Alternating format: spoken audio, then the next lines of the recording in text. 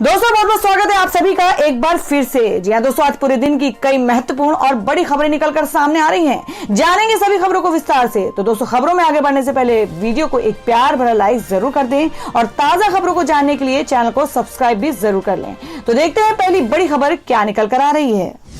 दोस्तों, आज की पहली बड़ी खबर बता दें कि तीनों कृषि कानूनों पर सुप्रीम कोर्ट की रोक। गणतंत्र दिवस परेड बाधित करने की आशंका पर नोटिस जारी किया। जी आपको बता दें कि सुप्रीम कोर्ट में मंगलवार को पिछले साल सितंबर में बनाए गए 3 कृषि कानूनों की वैधता को चुनौती देने वाली याचिकाओं पर सुनवाई हुई और इस सुनवाई में सुप्रीम कोर्ट ने तीनों कृषि कानूनों पर रोक लगा दी है। आज की सुनवाई पूरी हो गई है और सुप्रीम कोर्ट ने आदेश देते हुए तीनों कानूनों के अमल पर रोक लगा दी है। साथ ही कमेटी का भी गठन दिया है। मुख्य न्यायाधीश ने कहा कि हमको ऐसा भी सुनने को मिला है कि प्रतिबंधित संगठन भी आंदोलन में लगे हैं। इस पर सीजेआई ने अटॉर्नी जनरल से कहा है कि क्या आप इसकी पुष्टि करते हैं। अटॉर्नी जनरल के वेणुगोपाल ने कहा कि हम कहना चाहते हैं कि खालिस्तानियों ने विरोध प्रदर्शन में घुसपैठ की और सीजेआई बोले आप कल तक इस पर हलफनामा दीजिए। इसका मतलब ये नहीं कि हम पूरे मामले पर आज आदेश नहीं देंगे। आदेश आज ही आएगा। आप इस पहलू पर कल तक जवाब दें। आंदोलनकारियों का समर्थन कर रहे वकील विकास सिंह ने सुप्रीम कोर्ट से कहा कि लोगों को रामलीला मैदान में जगह मिलनी चाहिए जहां मीडिया भी उन्हें देख सके। इस पर कोर्ट ने सवाल उठाते हुए पूछा कि क्या अभी तक किसी ने रैली के लिए प्रशासन को आवेदन दिया। मुख्य न्यायाधीश ने अपने बयान में कहा कि हम आदेश में कहेंगे कि रामलीला मैदान या अन्य स्थानों पर विरोध प्रदर्शन के लिए किसान दिल्ली पुलिस आयुक्त की अनुमति के लिए आवेदन कर सकते हैं। बीते दिन सुप्रीम कोर्ट ने आंदोलन में बुजुर्ग, बच्चे और महिलाओं के होने पर नाराजगी जताई थी, जिस पर आज सुनवाई के दौरान भारतीय किसान यूनियन यानी भानु के वकील ने कहा कि वे सभी आंदोलन में हिस्सा नहीं लेंगे। इस पर सीजेआई ने कहा कि हम आपके बयान को रिकॉर्ड कर रहे हैं। मुख्य न्यायाधीश बोले समिति इस मामले में न्यायिक प्रक्रिया का हिस्सा है। हम कानून का अमल स्थगित करेंगे लेकिन अनिश्चित काल के लिए नहीं। हमारा मकसद सिर्फ सकारात्मक माहौल बनाना है। शर्मा ने कहा कि किसान ये भी कह रहे हैं कि सब आ रहे हैं, पीएम बैठक में क्यों नहीं आते। इस पर कोर्ट ने कहा कि हम पीएम को नहीं कहेंगे कि वे बैठक में आए। सीजेआई बोले हम एक समिति बना रहे हैं ताकि हमारे पास एक स्पष्ट तस्वीर हो। हम ये तर्क नहीं सुनना चाहते कि किसान समिति में नहीं जाएंगे। हम समस्या को हल करने के लिए देख रहे हैं। यदि आप किसान अनिश्चितकाल के लिए आंदोलन करना चाहते हैं तो आप ऐसा कर सकते हैं। बड़ी खबर निकल कर आ रही है। आपको बता दें कि मुख्यमंत्रियों के साथ बैठक में बोले पीएम नरेंद्र मोदी 16 जनवरी से भारत में दुनिया का सबसे बड़ा टीकाकरण अभियान। जी आपको बता दें कि प्रधानमंत्री नरेंद्र मोदी कोरोना वायरस टीकाकरण को लेकर सभी राज्यों के मुख्यमंत्रियों के साथ बैठक कर रहे हैं। पीएम मोदी और मुख्यमंत्रियों के बीच ये बैठक वीडियो कॉन्फ्रेंसिंग के जरिए हो रही है। मुख्यमंत्रियों के साथ बैठक में प्रधानमंत्री ने कहा है कि हमारा देश कोरोना के खिलाफ लड़ाई में एक निर्णायक चरण में प्रवेश कर रहा है। ये चरण वैक्सीनेशन का है। 16 जनवरी से हम दुनिया का सबसे बड़ा टीकाकरण अभियान शुरू कर रहे हैं।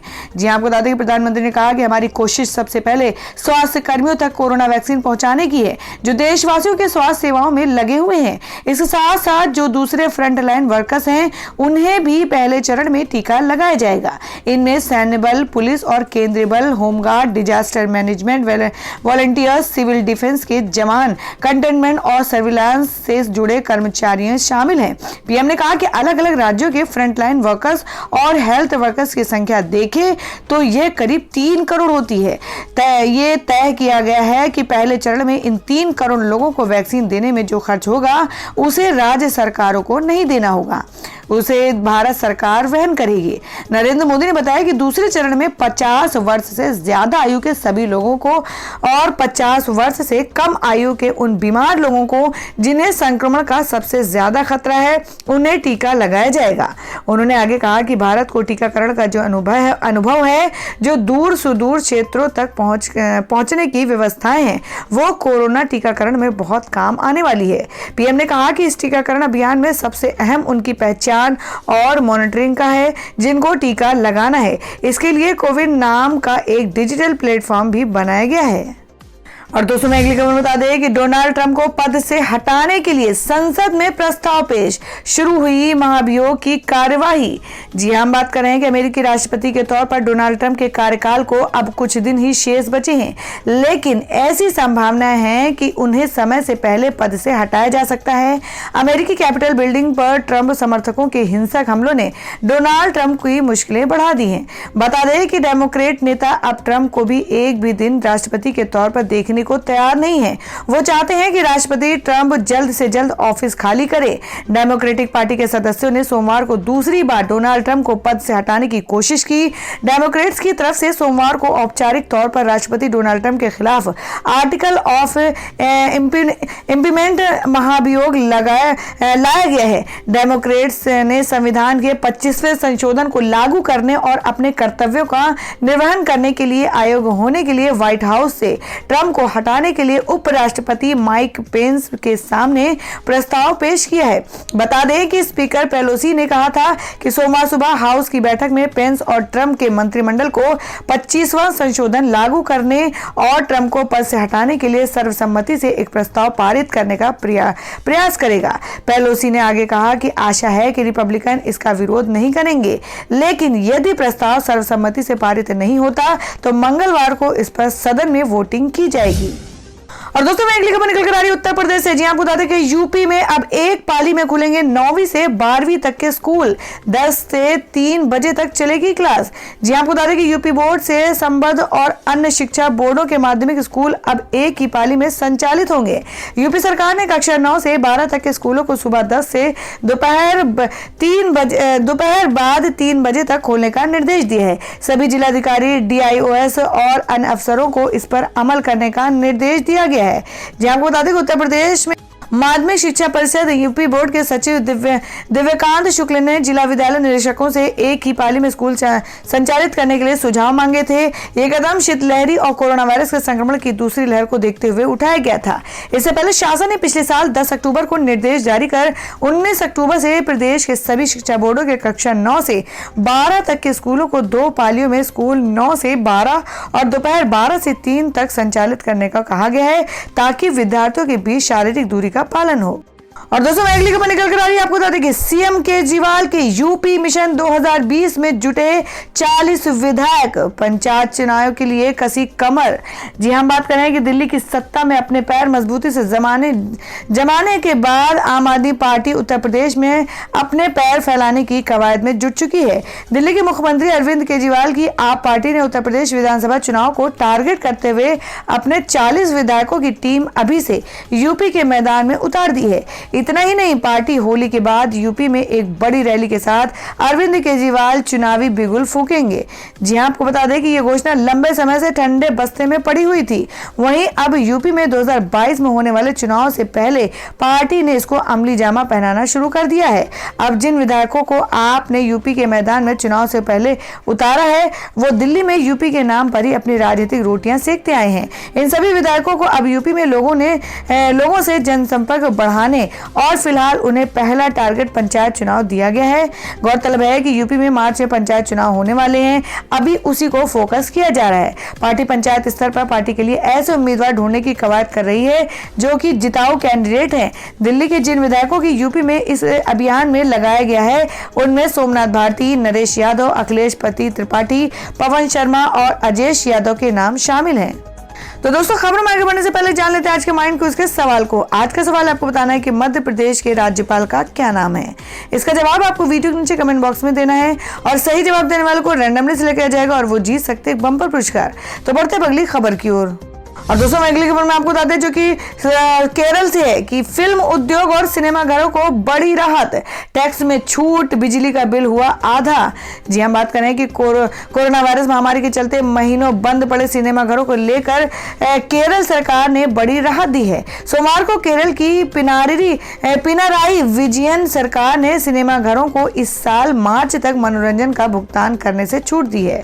मुख्यमंत्री पिनाराई विजयन खुद ट्वीट कर इस फैसले की जानकारी जानकारी दी है। बता दें कि फिल्म उद्योग और सिनेमा हॉल को जनवरी से मार्च 2021 तक मनोरंजन कर में छूट देने का फैसला एक उच्च स्तरीय बैठक में किया गया था, जिसकी अध्यक्षता सीएम पिनाराई विजयन ने की थी। इस फैसले का ऐलान करते हुए मुख्यमंत्री पिनाराई विजयन ने माइक्रो ब्लॉगिंग साइट ट्विटर पर लिखा कि जनवरी से मार्च 2021 तक छूट फिल्म उद्योग और सिनेमा हॉल को मनोरंजन कर में छूट दी गई है। सिनेमाघरों के बंद होने के दौरान 10 महीनों के लिए फिक्स्ड बिजली शुल्क 50% कम कर दिया गया है। इसके अलावा विभिन्न थिएटर्स के लाइसेंसों की वैधता बढ़ाई गई। हमारे रचनात्मक उद्योग वसूली में एक महत्वपूर्ण भूमिका निभाएंगे। और दोस्तों अगली खबर में आपको बता दें कि जो कि रायबरेली से आ रही है कि आप एमएलए सोमनाथ भारती के चेहरे पर फेंकी गई स्याही विवादित बयान पर हुए हैं गिरफ्तार। जी आपको बता दें कि उत्तर प्रदेश के रायबरेली में आम आदमी पार्टी के विधायक और दिल्ली के पूर्व मंत्री सोमनाथ भारती को गिरफ्तार कर लिया गया है। बताया जा रहा है कि ये गिरफ्तारी उनके विवादित बयान को लेकर हुई है। अपने बयान में आप विधायक ने कहा था कि यूपी के अस्पतालों में बच्चे तो पैदा हो रहे हैं, लेकिन कुत्ते के बच्चे पैदा हो रहे हैं। बता दें कि गिरफ्तारी से पहले भारती के चेहरे पर स्याही से हमला किया गया, जिसके बाद वे आग बबूला हो गए। उन्होंने पुलिस पर स्याही फेंकवाने का आरोप लगा दिया। काफी देर नोकझोंक के बाद पुलिस विधायक को अपने साथ ले गई। आप विधायक सोमनाथ भारती शनिवार को 2 दिवसीय दौरे पर अमेठी पहुंचे थे। इस दौरान उन्होंने योगी सरकार पर तंज कसते हुए कहा कि हम उत्तर प्रदेश में आए हैं, हम यहाँ के स्कूलों को देख रहे हैं, यहाँ के अस्पताल को देख रहे हैं, ऐसी बदतर हालत में है कि अस्पतालों में बच्चों तो पैदा हो रहे हैं, लेकिन कुत्ते के बच्चे पैदा हो रहे हैं। दरअसल मिर्जापुर में सरकारी अस्पताल की बेड पर मरीजों के साथ कुत्ते बैठे मिले थे। विधायक ने ये बयान इसी को लेकर दिया था। और दोस्तों मैं अगली खबर में आपको बता दें कि रजनीकांत का फैंस के नाम संदेश, कहा राजनीति में आने का दबाव ना बनाएं, मुझे तकलीफ होती है।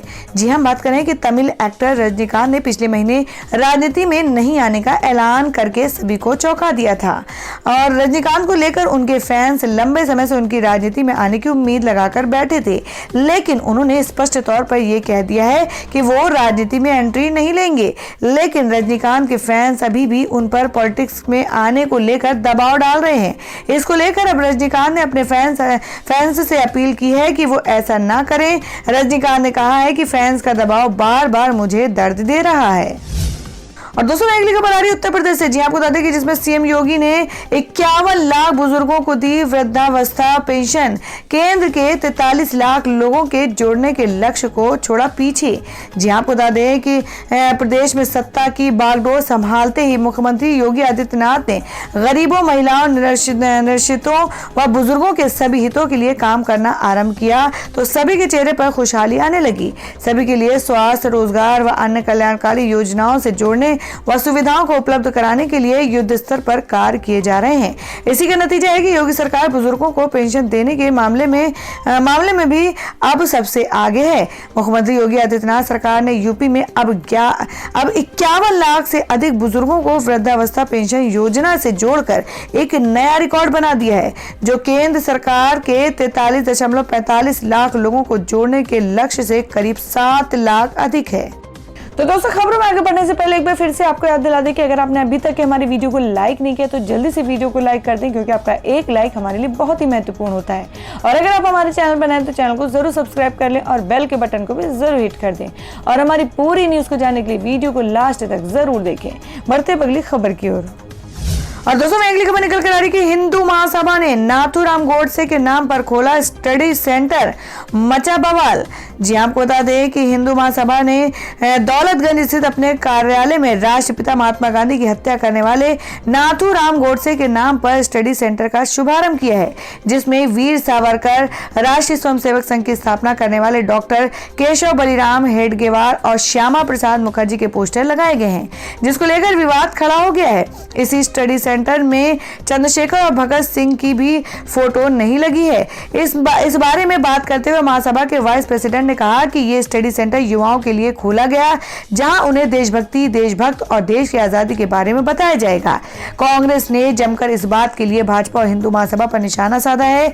एमपी कांग्रेस के दिग्गज नेता और पूर्व मंत्री डॉक्टर गोविंद सिंह ने कहा कि भाजपा आरएसएस की सरकार बनती है तब महात्मा गांधी के हत्यारे का महिमा मंडित दंडित किया जाता है। ये सभी बापू के हत्यारे को आदर्श मानती हैं। इससे आप अंदाजा लगा सकते हैं कि इन सभी की मंशा क्या है। और दोस्तों मैं अगली खबर निकल कर आ रही है कि वाराणसी पहुंचे AIMIM चीफ असदुद्दीन ओवैसी, बोले अखिलेश सरकार ने 12 बार यूपी आने से रोका। जी हां, बात करें कि यूपी में होने वाली आगामी विधानसभा चुनाव से पहले पूर्वांचल की सियासी जमीन को तलाशने के लिए AIMIM के चीफ असदुद्दीन ओवैसी वाराणसी पहुंच गए हैं। यहां आते ही ओवैसी ने समाजवादी पार्टी के मुखिया अखिलेश यादव पर सीधे हमला बोला। उन्होंने आरोप लगाया कि समाजवादी पार्टी के कार्यकाल में उन्हें 12 बार यूपी आने से रोका गया। बिहार चुनाव से मिली सफलता के बाद यूपी में गठबंधन की राजनीति को बढ़ाते हुए उन्होंने सुहेलदेव भारतीय समाज पार्टी से समझौता किया है। ऐसे में ओवैसी ने कहा कि सुभाषपा के ओम प्रकाश राजभर से उनकी दोस्ती है। गौरतलब है कि यूपी विधानसभा चुनाव 2022 से पहले राज्य में राजनीतिक हलचल तेज हो गई है। इसी कड़ी में 12 जनवरी यानी मंगलवार को AIMIM चीफ पूर्वांचल के एक दिवसीय दौरे पर वाराणसी पहुंचे हैं। उनके साथ सुहेलदेव भारतीय समाजवादी पार्टी के अध्यक्ष ओम प्रकाश राजभर भी मौजूद रहेंगे। इससे पहले ओम प्रकाश राजभर और AIMIM चीफ असदुद्दीन ओवैसी की मुलाकात हुई थी और सवाल यही है कि क्या बिहार गठबंधन में शामिल बसपा भी यूपी के चुनाव में AIMIM के साथ मिलकर चुनाव लड़ेगी। और वहीं अगली खबर में जान लेते हैं क्या है देश भर में मौसम के ताजा हालात। जी आपको बता दें कि उत्तर भारत में बर्फीली हवाओं से कपकपाहट भरी ठंड, जाने मकर संक्रांति तक मौसम का हाल। जी हम बात करें कि उत्तर भारत में बादल छटने और बर्फीली हवा चलने से कपकपाहट भरी ठंड जारी है। मौसम विभाग ने पहले ही चेतावनी दी थी कि बारिश के दौर के बाद उत्तर भारत में शीतलहर लौटेगी। उधर पहाड़ों पर बर्फबारी भले ही अभी रुकी हो, लेकिन बर्फ की मोटी परत तक हर तरह दिखाई दे रही है। जम्मू कश्मीर, उत्तराखंड और हिमाचल में आम जिंदगी बर्फ के चलते जमसी गई है। पहाड़ी इलाकों में बर्फबारी से थोड़ी राहत की उम्मीद है। 14 जनवरी तक मौसम के खुले रहने के आसार हैं। दिल्ली और आसपास के इलाकों में शीतलहर की वापसी हो गई है। ठंड बढ़ गई और 14 जनवरी तक न्यूनतम तापमान 5 डिग्री तक पहुंचने की संभावना है।